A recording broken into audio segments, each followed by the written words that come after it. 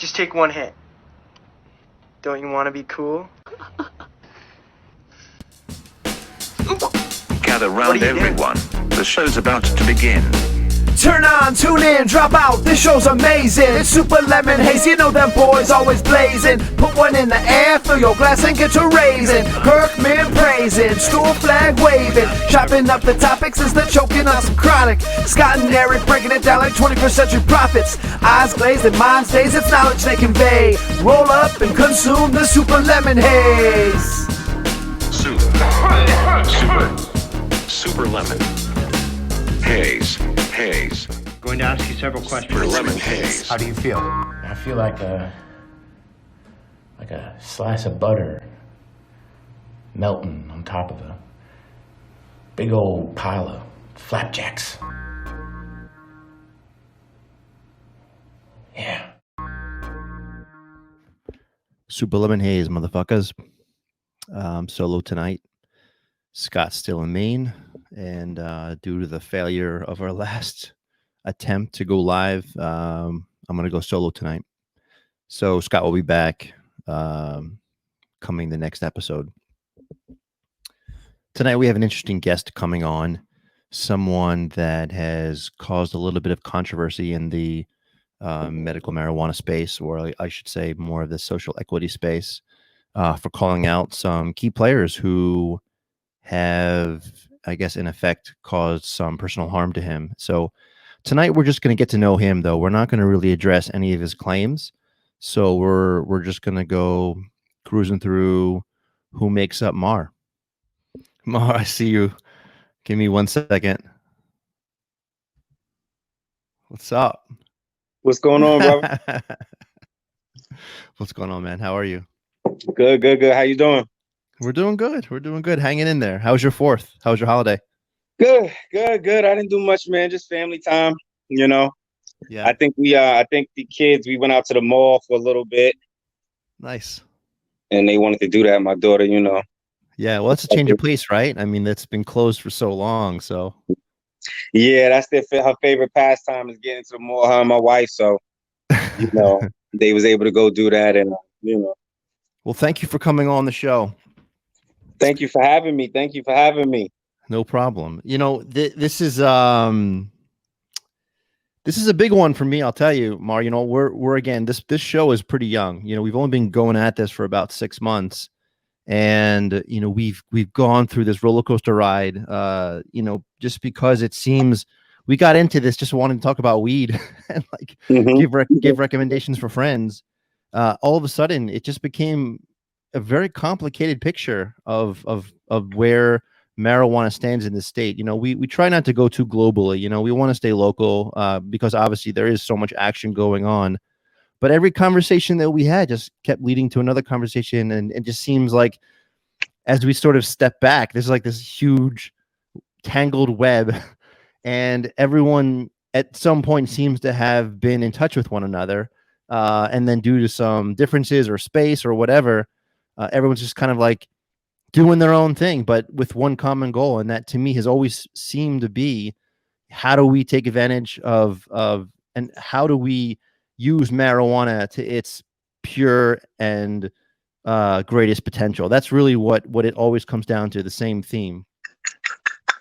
Yes, it's real complex, man. So it's always been a complex thing for myself. You know, it's been a weird thing, you know, for Black folks to use marijuana. I've been a pothead for a long time. I'm a diehard pothead, and I'm kind of real old school, a little naive, thinking that hey, if we smoke pot together, we'll get along. Everybody, I promise you, you know. So you know, I've been a pothead since the 90s, 1993. I started smoking, and the landscape is real. It's different. Anything important, you know, anything worth having is worth fighting for. So it's definitely something to me to get in this industry. To me, this is like the gold mines, you know, 49er days. You know, this is a cash crop, and you know, I'm here to fight for it. You know. So let me spell this out a little bit. So you were a recreational user for a number of years, mostly just having fun with it, and then at some point you decided this might be a viable business choice or career option for me. No, I think I was always a medical user. I started using at 13. I was experiencing traumatic stress. I was experiencing trauma and self-medicating. So I was always self-medicating. We saw with the recent crisis how essential cannabis is, and you're talking about, uh, Black folks dealing with white supremacy and that type of trauma, I definitely believe my use was medical. I believe, I was self-medicating. A lot of people are self-medicating. So you saw some success then using marijuana as a potential treatment for some of the PTSD. What did you make? What effects did it make you feel that were sort of reducing some of those feelings, sensations, symptoms? Well, back in the days, it made me real loving. It made me real peaceful. Now, it's the same thing, has the same effect, but I was a lot wilder back then, and instead of wilding out, it made me want to be peaceful, be peaceable, to deal with that trauma. I was a child soldier in the 90s. I was charged as an adult at 1994. Mm-hmm. So, my whole mentality was war. Our mentality was war. I was in a little gang, a little clique. My team, I was being followed by federal government then. I was on the gang task force. They had a gang task force who they was following and folks and stuff. So, that was it was a way for me to cope and such. So yeah, it definitely was a medical thing. And now as an adult man with a family, oh my God, my family wants to make sure that I smoke. They be like, hey, have you smoking? You haven't smoking yet? You may need smoke or something. You're talking about me. Yeah, oh, see, they're saying that to you. yeah, because you're not as, I don't know how old you are, but I'm 40, man. No, we're the same age. Okay. Yeah. You think, and do you have any kids? I got 3. Okay, yeah. So you're not nice all the time. You got it. No, what I was saying is nice. You're not as nice all the time. I used to be real cool. I used to be like the Fonz, man. I used to be cool. I used to be real cool. I promise you, I was so cool.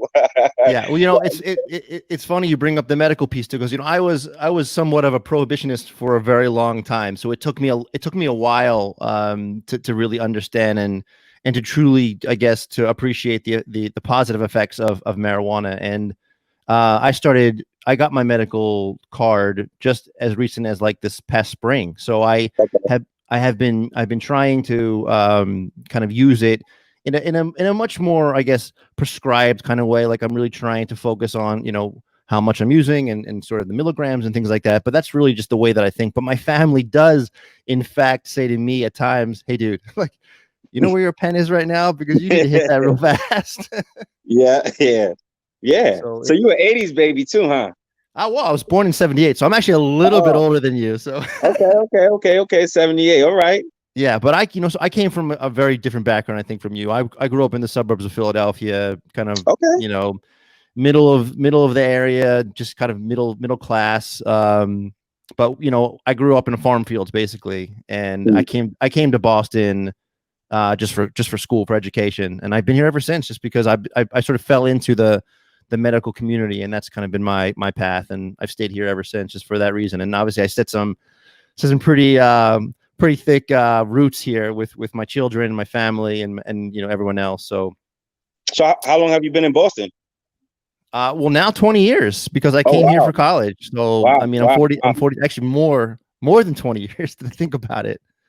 But again, it's interesting because we fell into this dialogue, and we kept having guest after guest, all different types of people, right? People who are advocates, people who are activists, people who are in the business. And I think that, I guess maybe due to some of the recent energies, I guess a lot of the activists and talking about racism in marijuana, especially in Massachusetts, it's just been, there's been a huge spotlight obviously on it, especially on the web, on social media. And I'm just reading. And, that's kind of how I came up across your name, and that I had Chief on. And it's sort of it came from the same place, it came from just connections, but all of a sudden, it's like this just common, like, I don't know, this energy, and I'm just picking it up. What do you got there? Oh, you got some Purient there. Nice. Gotta give this bad boy a whirl this weekend. Good for you. Me and the missus will give you a report on that. Please do. You know, I have yet to make my purchase because I haven't gone back since I last spoke to Chief, but it's on my list. So the next time I go, that's definitely going to be purchased. Mhm. I heard that's some pretty hot stuff though. His wife was going crazy. She was talking about that stuff like it was her baby, and I think she really believes it, man. He said, take it slow now. He said, take it slow, buddy. I said, okay. I said, okay, all right. I was like, oh shoot, I'm about to see what's this about. You know. And so my wife's not a big smoker, you know, she's a light user. Yeah. So he's like, take it slow, take it easy, whatever. Right. So you guys, you and your wife, is your wife Cynthia? Mhm. Yeah. So you and Cynthia, did you eventually start getting interested in getting involved in the advocacy piece, or was it the business side? What were you trying to accomplish when getting involved in the marijuana? Just the community? just the business aspect. I didn't come here to be an advocate. I didn't come here to be an advocate on any level, but my whole life, you know, I've been thrust into advocacy. Simple and plain, you know. I've always been like some type of rebel, either without a cause or with a cause. So, you know, here I am again, you know, marijuana advocacy. But, you know, to me, it's a worthy cause. It's $1 billion industry. So I'm gonna fight for a $1 billion industry. You know, my goal is to have a cannabis business every place I was arrested for cannabis. I was arrested in Ohio, California. Well, I wasn't arrested in California, but Georgia, New York. You know, you had a scare in California, but you know. Yeah. Yeah. So did some of those experiences sort of shape your? I mean, because Chief said this, and he looked at it almost as a form of reparations, right? For getting involved in the medical into the marijuana space. Do you look at getting involved in marijuana then as just kind of like, hey, you know, it took away a lot from my life. It caused me a lot of personal hurt or injury. I think it's, you know, I want to get involved in this because I feel like I just want to do it. It just sort of change the course. Well, because I'm a pothead. I'm an enthusiast. I've been first time I was arrested for sale was in 1994. I was arrested for sale to a cop in Massachusetts in 2016. So, you know, I've been selling marijuana always. So, but I think it's a bigger thing than that. This is the war on drugs. I think America needs to take this serious because it's bigger than just marijuana. So we don't want to just put this all on the marijuana industry. But they directed an entire war at people. And, you know, I was one of those people who felt the brunt of that. And it was a lot. I'm privileged, if you ask me. I have friends that never left the block we was on who are still suffering from what they was doing to us in the 90s. And what they were doing to us was treating us so predatory. We developed this characteristic of monsters. And we believe we are the monsters. And we believe we are these predators that they tell us we are. And they didn't give us a place in education. And I think they're still doing the same thing today. You know, here it is, this educational institution is constantly telling children that they're failing them. And it's not the other way around, you know. So these institutions are purposely failing children and pushing them out into the streets, into these environments and stuff. So your involvement in marijuana, was it trying to like kind of, because it sounds to me like your experience up until like the 90s has been bad, right? Pretty traumatic. So it seems to me that wouldn't you want to just steer away from it, but it sounds to me like you're attracted to it. So I guess I'm just curious to know what's attracting you to stay in it. Well, my experience, you could say it was bad because of all the things and maybe on paper. And when I tell you the things that happened to me because of marijuana, yeah, you could say it's bad, but it's a love affair. Since like I tell you, I started smoking weed at 13, and at 14 I was arrested and I was charged as an adult. As soon as I got out, I started smoking weed again. Like I never stopped smoking weed. There were gaps where I stopped smoking, but it's always been a love affair. But because of that love affair in the Black community, the love affair you have with marijuana, you're a thug now. Yeah. So I had to live this thug life because of the marijuana thing. But no, I think it's a repertory act, but I think it needs to be part of a bigger act because it was a war directed at this community. So there needs to be wartime aid. When we blew up Hiroshima or when we blew up a country, you know, we waged war on a country. After we rebuild that country afterwards, Yeah. And what we're saying is the black community, they waged this war against the black community, partly and do a lot of it was marijuana, but just because of our skin color, like, it would be a different reason if it wasn't marijuana. As you can see, we're still being mass incarcerated in Massachusetts for marijuana, partly because the laws on the books never changed. Who do you look up to in this industry right now? Who is your role model?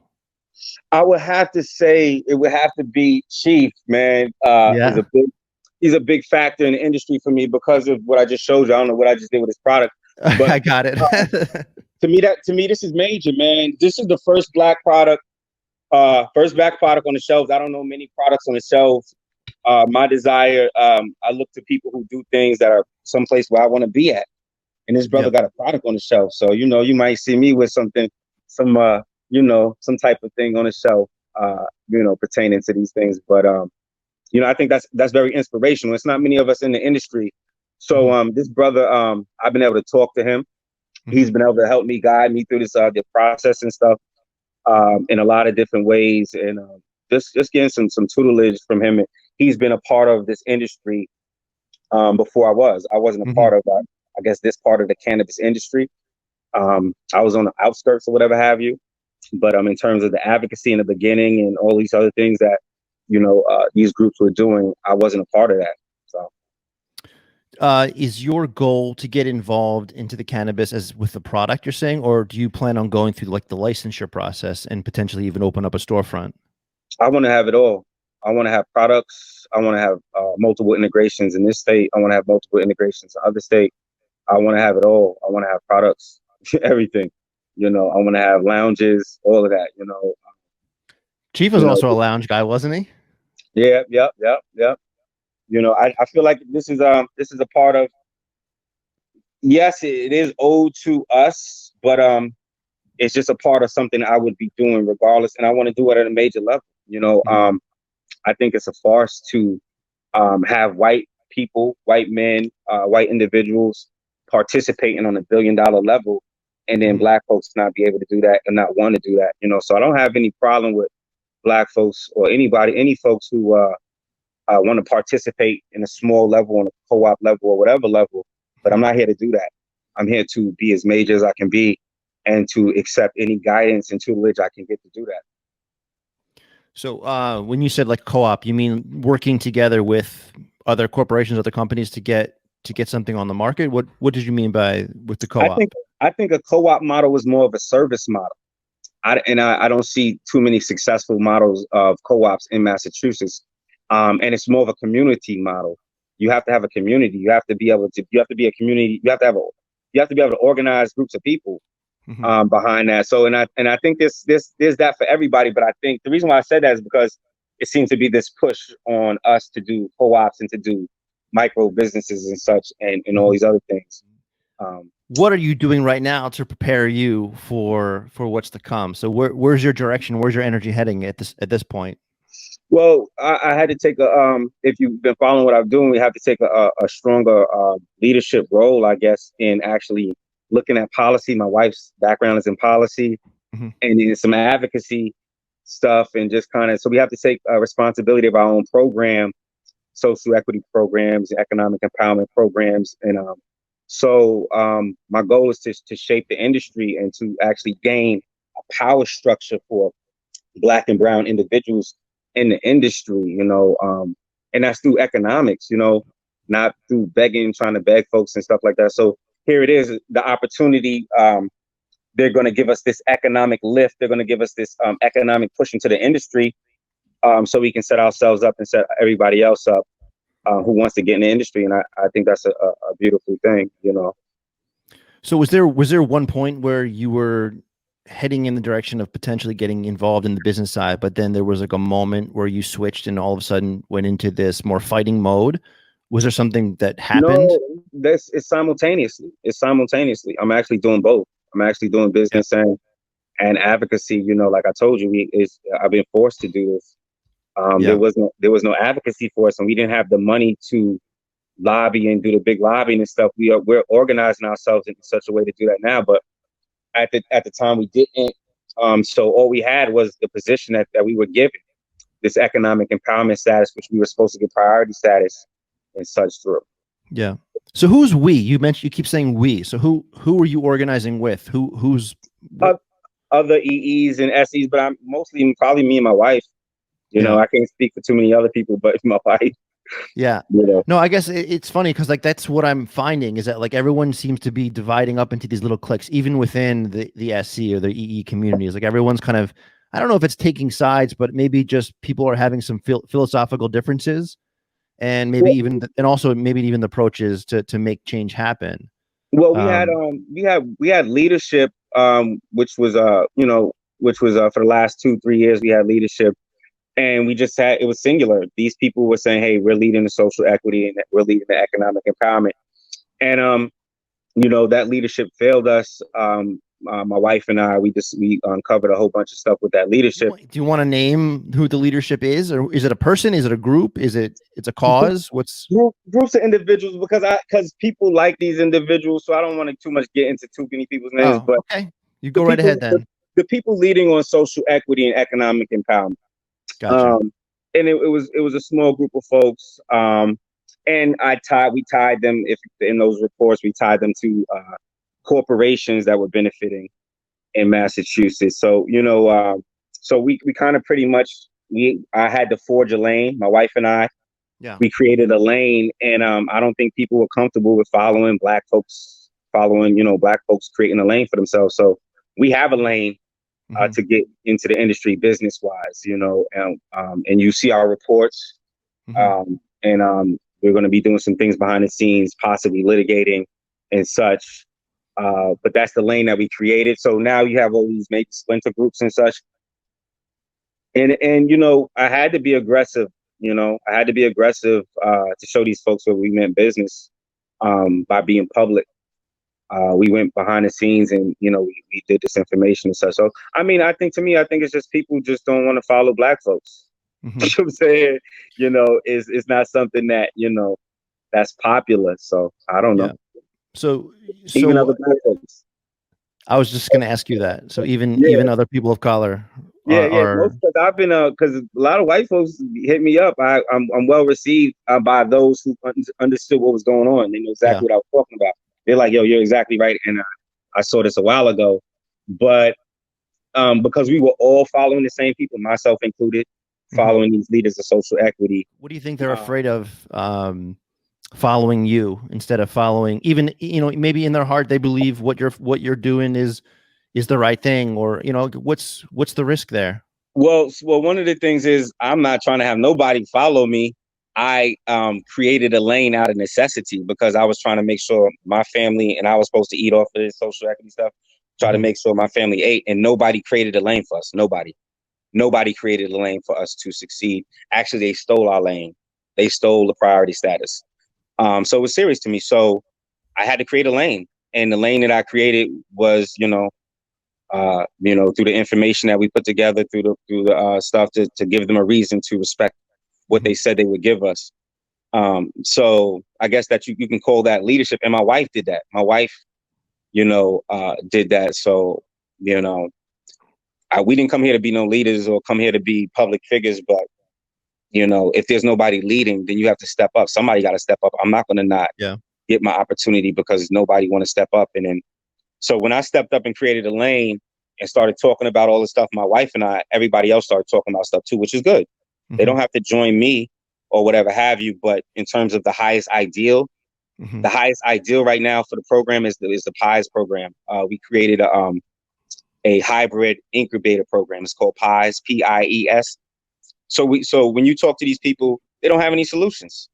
They don't have any solutions as to what they should do next or what we should do next. So, I'm not going to dumb myself down. My wife is not going to dumb herself down to make people feel comfortable. We're going to keep on being stellar, being amazing, and making sure we get this opportunity.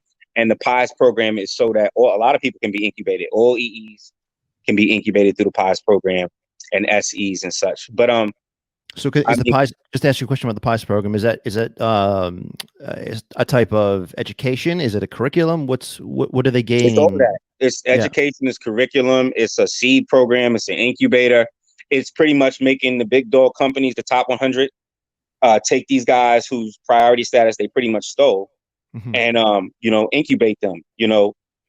Show me how to be a big dog. Show me how to be a healthy, strong, viable, multi-licensed cannabis entrepreneur.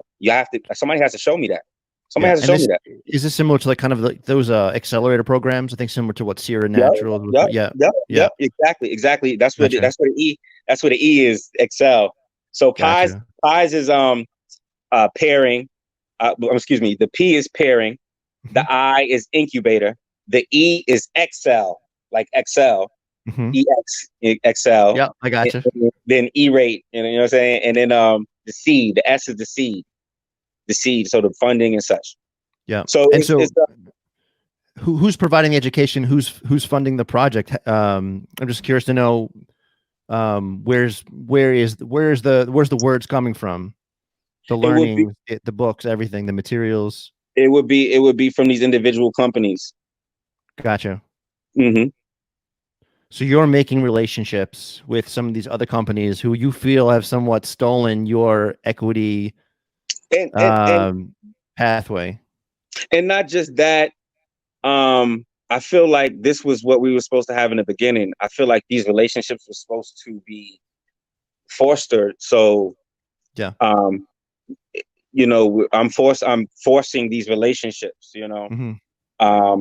in the beginning, any SE or EE that was anywhere close to one of these RMDs or MSOs, they were pretty much a curse word. They were derogatorized in the Boston Globe, all types of negative stuff about these individuals. So these are people we have to work with, and these big businesses, they have a lot to offer us, for us trying to enter into this market. Somebody has to teach us, and the vendors and such, they haven't been, these are not business folks and such. So, we've been getting poor service and poor service models to emulate in the industry. Who are we supposed to emulate? Why would we want to emulate these folks who are not in the industry? Why wouldn't we want to emulate these folks making hundreds of $millions in the industry? I absolutely love what you're saying, and I respect that 100%, because I feel like people would be ridiculed. I mean, I'm sure community members would come down on you if they found out you were taking part in something like this, just because it feels like maybe they're getting in the bed with the devil or something crazy like that, like where, a lot of people look at these bigger companies as the enemy.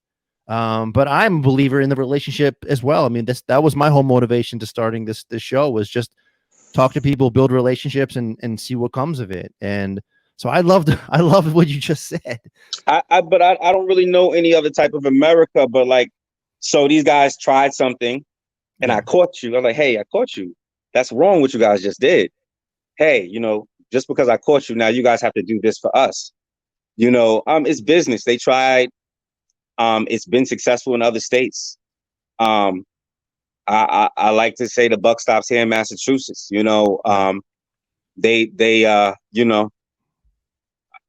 I hate to get into it, but what they did was demonstrative. They uplifted an entire revenue stream and put it in their corporation's pockets. And I don't want to inflame the Massachusetts residents even more, but Massachusetts should be in an uproar. You understand? This is bigger than just EEs and SEs who didn't get in the industry. This is 100+ operators who were let in our industry, and each of them have at least 3 licenses. So you're talking about 300 licenses that's in our industry right now. Yeah. I mean, that obviously that number keeps popping up too. It's like, the 190, the 194 to the 8 or the 9. It's just, it's incredible. I mean, obviously, clearly there's some failure in the program, if in fact it's supposed to be this 1-to-1. I mean, and I don't have an issue with MSOs, but they should have came after residents, not before residents. They demanded a seat before residents. So now they're doing a lot of things to try to get residents in and stuff. But, the fact still remains, the lane that we created for EEs is big enough for all EEs. You're talking about 100% ownership of your company. Why is that why does anybody see that negative? So you're talking about the PIES program. You graduate from the PIES program. You come out with all the skills that you need to run a business or to be a part of something, make yourself some money or make a living, and you own 100% of it. But all you sacrificed was what? Time, energy, and you built friendships or relationships with other people. That's doesn't seem like much of a risk there. Yeah, these companies also actually give you a building. They give you a building or rent you a building or work out some type of situation where you can have a lease. Mhm. So they handle the HCAs, which is another monster. Mhm. Vicente Sederberg, they have 50, after writing our legislation, they went and grabbed 50 plus HCAs. Mhm. So, I want to work with Vicente Sederberg. So I'm a businessman. I want to get into business, but I call these folks out. Now it's time to let the little guy come in and actually gain some power in this structure. Mhm. And I think that's what we're doing. That's what, any self-respectable person who wants to be respected in the industry, they got to get some type of power for themselves in that industry. Where is the PIES program at the moment? Are we talking like a number of individuals that have graduated through it and are starting in that sort of business building process? So right now, all the PIES program it's been presented to the Cannabis Advisory Board. Mm-hmm. And they have stages and such that they got to go through. So right now we're looking for companies that want to participate in it. So we're starting our trade org. We're starting a trade org this month. Our trade org will be up and going, and we hope to be able to get with some companies, MSOs, RMDs, local RMDs, who want to start running our pilot for the PIES program. So we haven't even ran a pilot for it yet. Gotcha. What do you got there? Some sativa that I picked up from Pure Oasis the other day. Nice. There you go. When I asked you of who your role model was, I was actually wondering if you were going to mention Kobe, if he was someone that you looked up to as well. Well, I haven't ever even spoke to Kobe, so it's hard for me to look up to folks that I never really spoke to. Gotcha. But the dude's spot is beautiful, man. I went over there. Pure Oasis is beautiful. Beautiful folks, are beautiful black folks up in there, man. If you love looking at beautiful black folks, go over there to Pure Oasis. You understand? You talking the customers or the employees? the employees, the customers, the flow. It's really beautiful, man. Opposed to other places, it's really clinical and real strict, and it was a real nice flow there. I liked it, man. Real nice flow. But yeah, I don't. What Kobe did is definitely inspirational. He was one of the only EEs to make it through thus far. I think there's a couple other EEs. I think there's 3 possibly. Yeah, but he's definitely that's definitely inspirational. That means like, hey, we all can do it. So where do you see your lane heading right now at this point? Is it the PIES program? Is that really kind of your headlights? That's what you're leading with? Man, I'm behind the scenes. We behind the scenes. They told us to grow up. They chose to grow up, get us lobbyists and get some lawyers and get an organization. So we're growing up. Yeah. And we're doing our behind the scenes thing. That's our future. It's strong arm style. You got to take it. And I'm here to take it. Yeah. I took a lot of risks. With marijuana, I risked my freedom. I did a lot of stuff with marijuana, and I'm not about to stop now. So what do you got going on for the rest of the night? I don't know, man. I don't know. What time is it? It's 9:30. I'm actually going. It's 9:30. It's actually early night. I might try this product out tonight. Say that again? I might try this product out tonight. Oh, the Purient. Purient. I might try the Purient out tonight. Yeah, you got to give us a review. Text me that. So what sport do you do? Currently, I'm just doing regular weightlifting at this point. I was mostly a basketball, football guy all through high school, did a little bit of college. And then afterward, I'm just messing around at this point. Okay. So, I'm just trying to stay healthy. That's really what it is. I'm trying to keep the lungs going and the heart pumping. That's my goal. A lot of people don't notice though. Football is a form of martial arts. Sure. You know, it I shows mean, you how to take actually hits, you know, to the body and everything else like that, blows and such. It's definitely a form of martial arts.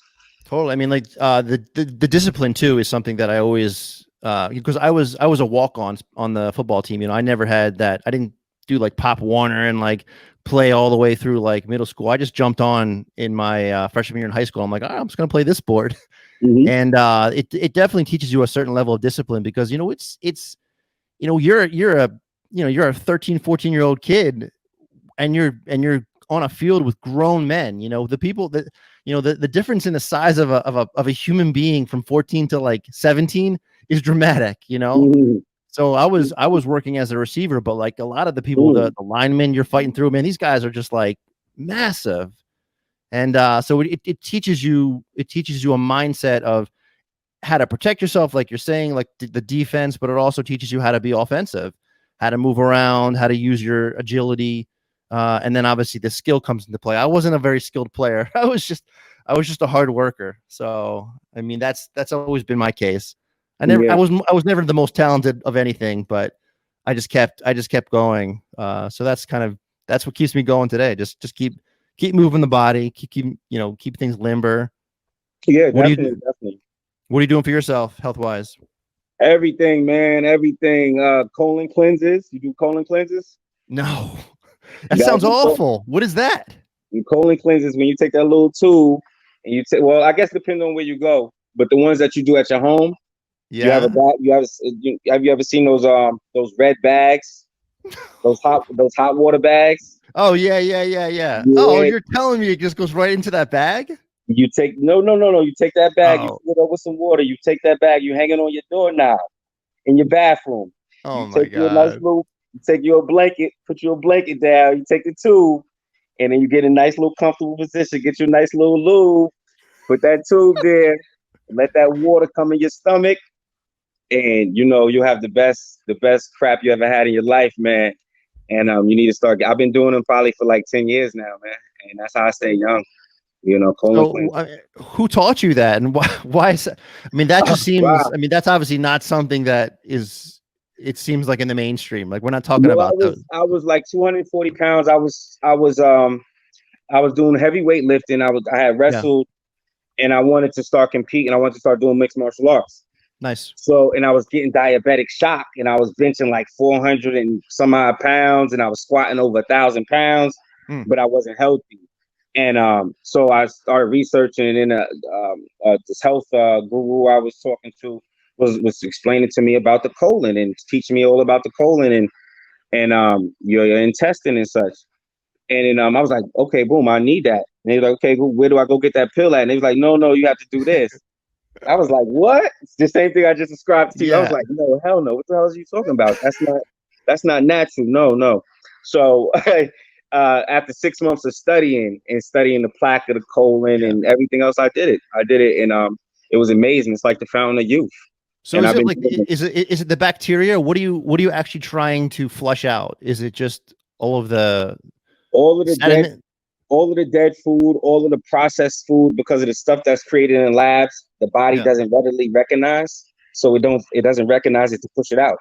Mm, It doesn't recognize it as waste or food. It just sits hmm. in your colon.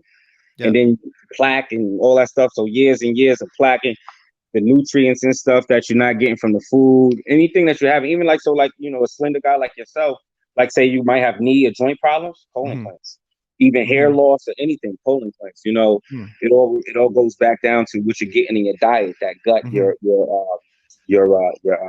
intestine.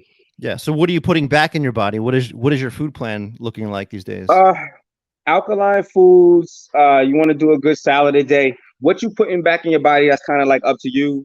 I've had yoga instructors who ate red meat and steaks, but they colon cleanse. Hmm. So, me, I don't. I stopped eating red meats in like the third grade and such. But I Hmm. do eat fish and seafood right now. But there's times and periods in the year that I don't eat any seafood, just plant-based diets and such. Hmm. And how's your health overall? Good. I'm amazing, man. I feel amazing, man. I be doing jump. I do John Claude Van Damme splits. You know. Nice. I still feel good. I still feel like I can beat up everybody on the planet.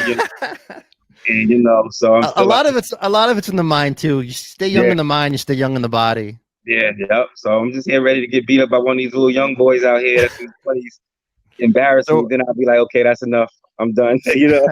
so are you still practicing martial arts? Oh You're in the yeah. gym, I still getting the practice. mat. I'm not a part of no gym. I'm not a part of a team. That's my goal. Yeah. To be a part of a gym, to get a part of that again. That's my lifestyle, my family, my children through martial arts. So my goal is to get my family in a nice someplace I feel comfortable for us to all be and do martial arts and just to compete. Yeah, that's awesome. I never got involved in martial arts. You know, like I've had some great friends who were in the mixed martial arts. Someone was in like, you know, more of the grappling. Someone was in more of the stance fighting and jujitsu. But I don't know. I never picked it up.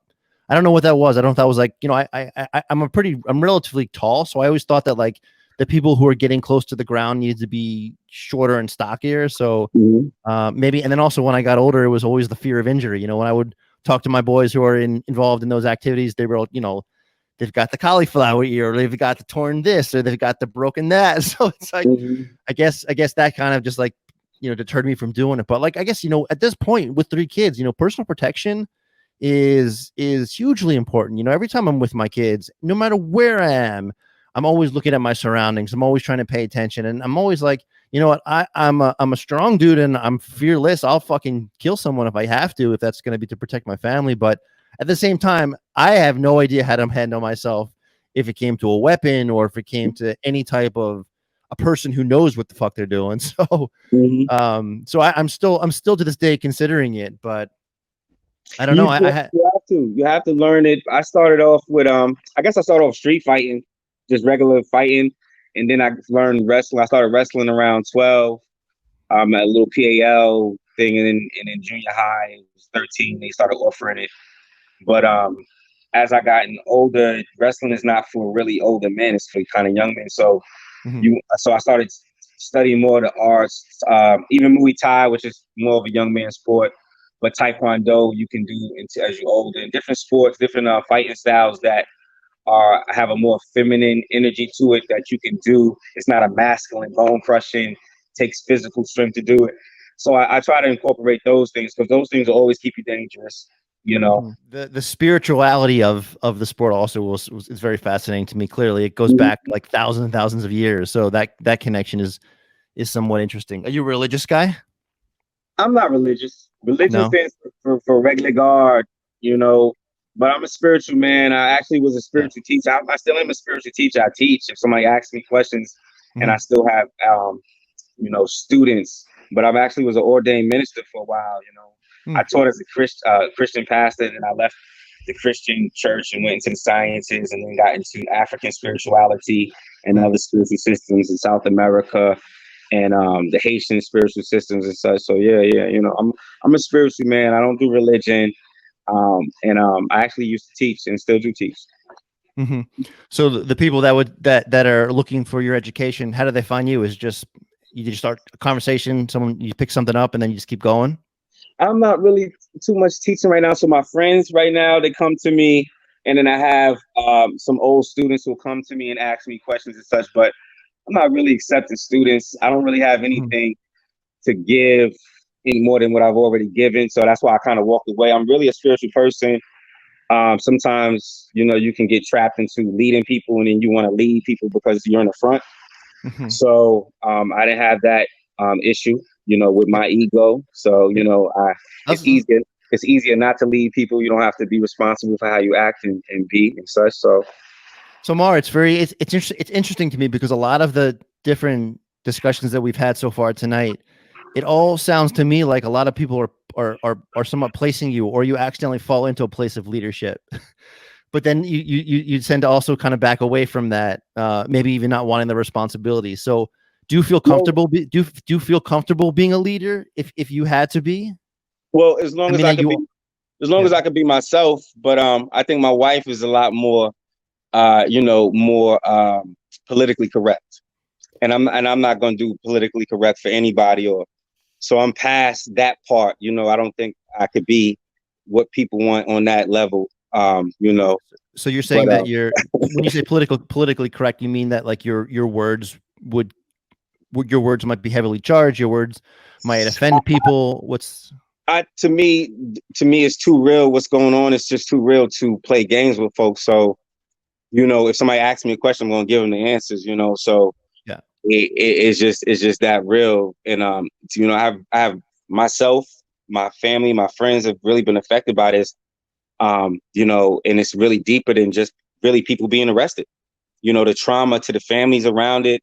And then, like I just said, one of the biggest problems is school systems. My wife was a school teacher for years, and education is important. I was pretty much kicked out of the school systems and told that I wasn't able to be educated.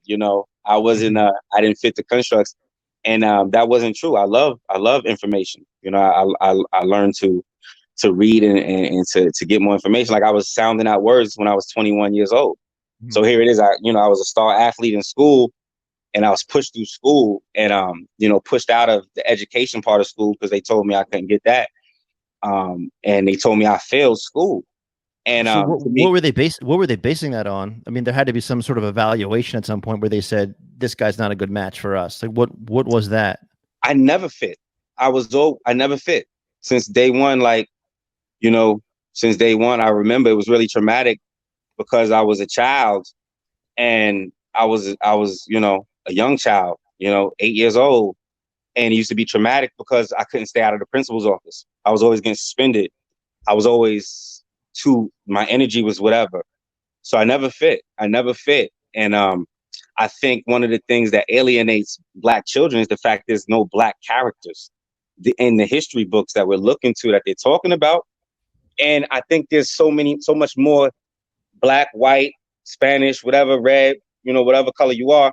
There's so many more different types of people, than those small little boxes that they try to put you in school. So I think that hurts a lot of us as a society, because you're hurting folks, So what's your wife motivation at this point? Because we haven't spoken too much about her, and I don't want you to have to speak for her, but I'd love to meet her at some point if possible. But my wife is a big, like I said, before cannabis, my wife was in advocacy over there at the education department. She was doing policy under the Obama administration, and over there in Boston at this Boston whatever school, something. Forgive me, I can't. That's okay. Don't worry about it. But she was doing policy work over there, and she ended up uncovering some things over there, and ended up having some issues that went to MCAT, and they're still having those same issues over there, those racial inequity issues that she uncovered over there. So she was doing advocacy work over there, and she still is. She still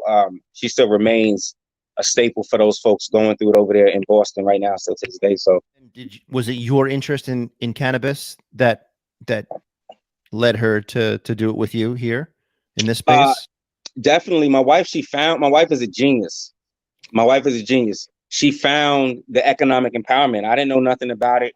I honestly, after I was arrested in 2016, that's when we got into real estate more so heavily.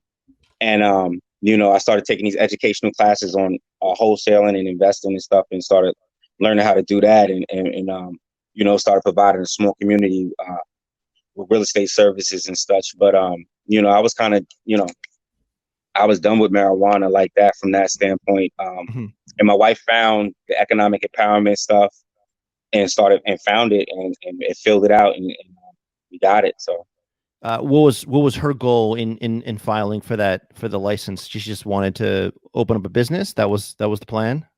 They see how much a part of it is with my life, like literally it's a part of my life, even though I'm a victim of marijuana mass incarceration. Outside of that, it's a part of my life. So even if there weren't any other benefits from the business aspect. So when I got arrested in 2016, I was a caregiver. I had my caregiver's license. So, I was trying to participate, at the rate that the state was going up. So I already was participating, in I guess the illicit market, the gray market and such. So, but her motivation was, to get me over here. I love marijuana. This is my dream. That's what I do. I'm sure I she's gonna grow. love that. I'm sure she's gonna love the fact that you called her a genius. I Yeah, she mean, is. She my is. wife's my genius too. I can't. Yeah, she is. Yo, they are. They got to be smarter than us, man. You know, Absolutely, you're a real smart man if you pick a woman that's smarter than you. You know, that's what you have to totally. do to survive this world. You know. But So yeah, I grow too. I do hydro. I was gorilla growing in 2008. I've been all up Highway 5 with this. You know, I've been all over the place. You know, secret indictments, feds, all that. You know, everything. So the excitement, I've been around it my whole life. So you know. how far do you how far away do you think you are from achieving your goal? You and your Oh, wife's goal. we're here. We're here. I think we're here, man. Um, I'm still a big believer in the social equity. You know, I'm a still big believer in that, and I'm gonna fight for it, even if nobody else believes in it. You know, but we're here. We're here. What does success look like with the equity program? Wow, wow, a tangible minority participation in licensing. You know, so with the PIES program, we said in 18 months we would be at 20% at minority participation in licensing. That would be something crazy. That would be a crazy statement for Massachusetts to make. You know, throughout the rest of the country, like, you know, that would be kind of dope. Where else in the U.S. Is it at that rate, or what's the highest? I guess what's the participation of EE Well, you know, applicants? Oakland has something really cool, and that's what we based some of our PIES program for Oakland. Oakland has a mandatory incubator in their PIP, positive impact plan program. So Mhm. we took a little bit from here and took a little bit over there. But Oakland has gave out a lot of a handful of licenses. I know they're also going through some other things over there, but Oakland. The positive influence plan is just to educate some of our listeners who might not know what that means. So, can you describe what that is? What does that mean? So the reason why marijuana was legalized was because uh, due in part to marijuana mass incarceration. They said that there was a certain part demographic of America who were being abused by these unfair marijuana laws. So the positive impact plans is one of those things. As we open up, as a responsible state opens up, as any state should open up, they should be thinking about the harm done to those folks. You know, so the positive impact plans are to address that. So right now you have positive impact plan money going to animal shelter. I'm laughing, but it's not funny. But you have it going to animal shelters. You have it going to all types of things that that doesn't affect the people who were affected by, you know, Is that the is war on that typi- drugs. is that typically nationwide, or that's just you're talking specifically about the PIP in Massachusetts, Massachusetts? Yeah. yes. Hmm. So basically, a lot of these corporations who are getting into the industry ahead of the EE applicants are creating these PIP plans, so it looks good. You know, they get into good relationships with the towns. They get their licenses. They think, you know, everyone's thinking this money is going toward the cause it was designed for, but in fact, it's just getting Well, diluted into these other places. what they told the Massachusetts residents that, hey, you know what? Wait, we have to let these folks who were harmed by the war on drugs, we have to let them go in. So this was what these 2 years and 3 years was about, but they actually kind of sold it away to big business. Mhm. So, you know, they cut the line between Massachusetts residents and those harmed in Mass, because EEs are and SEs are from Massachusetts. So they cut the line between Massachusetts residents, you know, all of us. And the 20%, I mean, that to you seems like a lofty goal. That would be like a huge. I mean, It's obviously, it's a heartfelt goal because it's minorities, but minority could be anything. Mhm. You know, it really happened to Black and brown folks. You understand me? The war on mass incarceration, marijuana mass incarceration, they use it as a reason to target us, as a reason to arrest us. And it's actually still happening to our children right now in Massachusetts. They're targeting children. So just like I was targeted as a child, they're still doing the same. It's the same recipe, you know, with the task force and stuff like that. So, Yeah. yeah. Even with all of the sort of decrim and like legalizing marijuana, you're saying that some of these things just have had zero impact on the community. You're seeing just young guys young kids just getting arrested for the same things you guys were getting arrested for 20, 30 Well, years ago. yeah, definitely. I saw it in Colorado first, and then I told them that it was coming here because I was like before they came out with the statistics about the arrest rate in Colorado, how it increased by 50% in black and brown neighborhoods. I told them because I was in Colorado, I used to get weed out of Colorado, and I used to be able to deal with a family, and I used to be able to get what I need to get out of there. When they went legal and they opened up all these stores, you couldn't get nothing out of there. Everybody was scared. The whole environment change was really intense. A lot of people were getting arrested. And I'm like, well, what the hell is going on? So I was like, hey, when they go legal, they're arresting people more. And I started saying that in Massachusetts. And, and lo and behold, the numbers came out about Colorado. The arrest rate increased by 50%. And I was like, the same thing's coming here. And lo and behold, the ACLU report said the arrest rate had increased. And so, I mean, does it make you think that this whole thing was a setup to try to arrest more kids, or what I guess I'm trying to understand from the other's perspective. Did you see my book, Massachusetts Jumping Jim Crow for Cannabis? Massachusetts Jumping Jim Crow for Cannabis. I'm going to check it out. White and black cannabis. It's capitalism. So you have this billion-dollar industry on locking people up. Yeah. They're not ready to let that go. And then you have another billion-dollar industry of making money off of cannabis. So to me, I'm calling them out on it. I call it Jim Crow cannabis. And, the black cannabis, you're still getting arrested for it. And, white cannabis, you're making all this money off it. So yeah, that's Colorado. What's the book? So did you write a book? Yeah. Massachusetts Jumping Jim Crow for Cannabis. I didn't see that. Is it an ebook or it's an ebook? Yeah. I talk about my secret indictment in 2016. I don't know if you can see that. Massachusetts. Yeah, perfect. I'll attach it to the video too, so people will check it out. I talk about my secret indictment in 2016 in Massachusetts because it was legal for everybody else, but here it is. I had a task force. The task force was black and brown men, the police undercover task force. So it was black and brown men, and the head chief, he was a white guy. And so they did an undercover investigation, undercover sting on me, did a drug buy and everything. And, it was legal for everybody else. But for me, they had infiltrated my community, man. And still haven't given me my stuff back, still have my property, and everything. So, yeah. So I wrote a book and talked about that.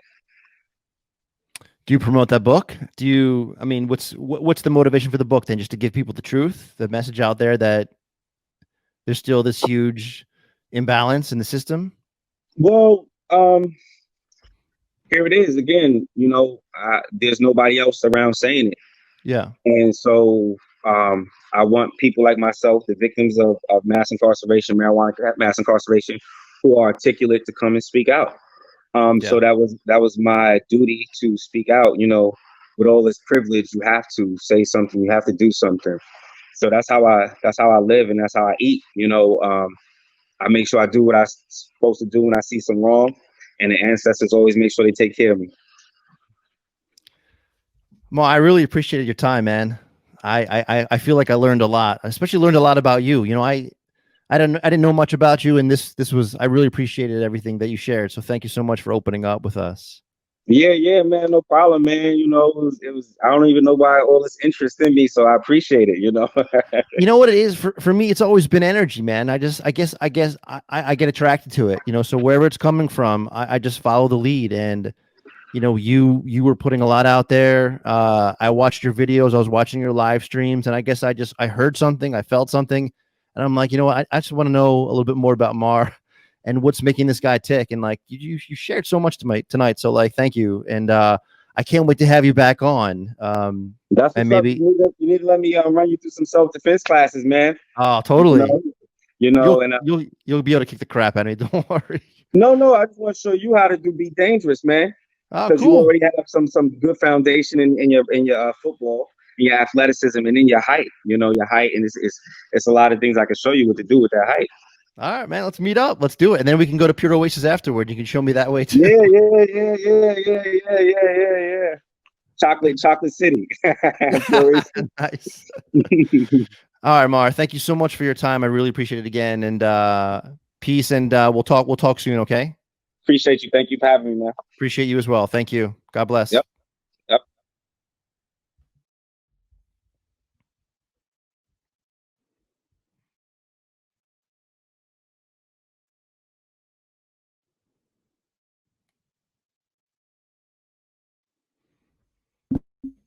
I thought that was a very effective episode. I learned a ton. I did. And I can't wait to talk to him again. I love the energy. I love what he's saying. I'm very happy that he came on.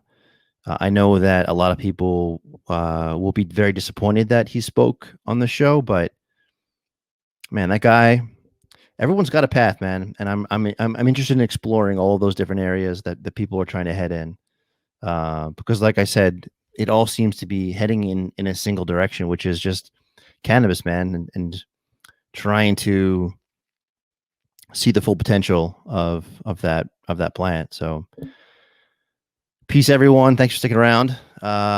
Super Lemon Haze, motherfuckers. What is this? Is it over? We're running out of time. I don't want to hear your excuses! No, it's not fair. Where'd all the files go?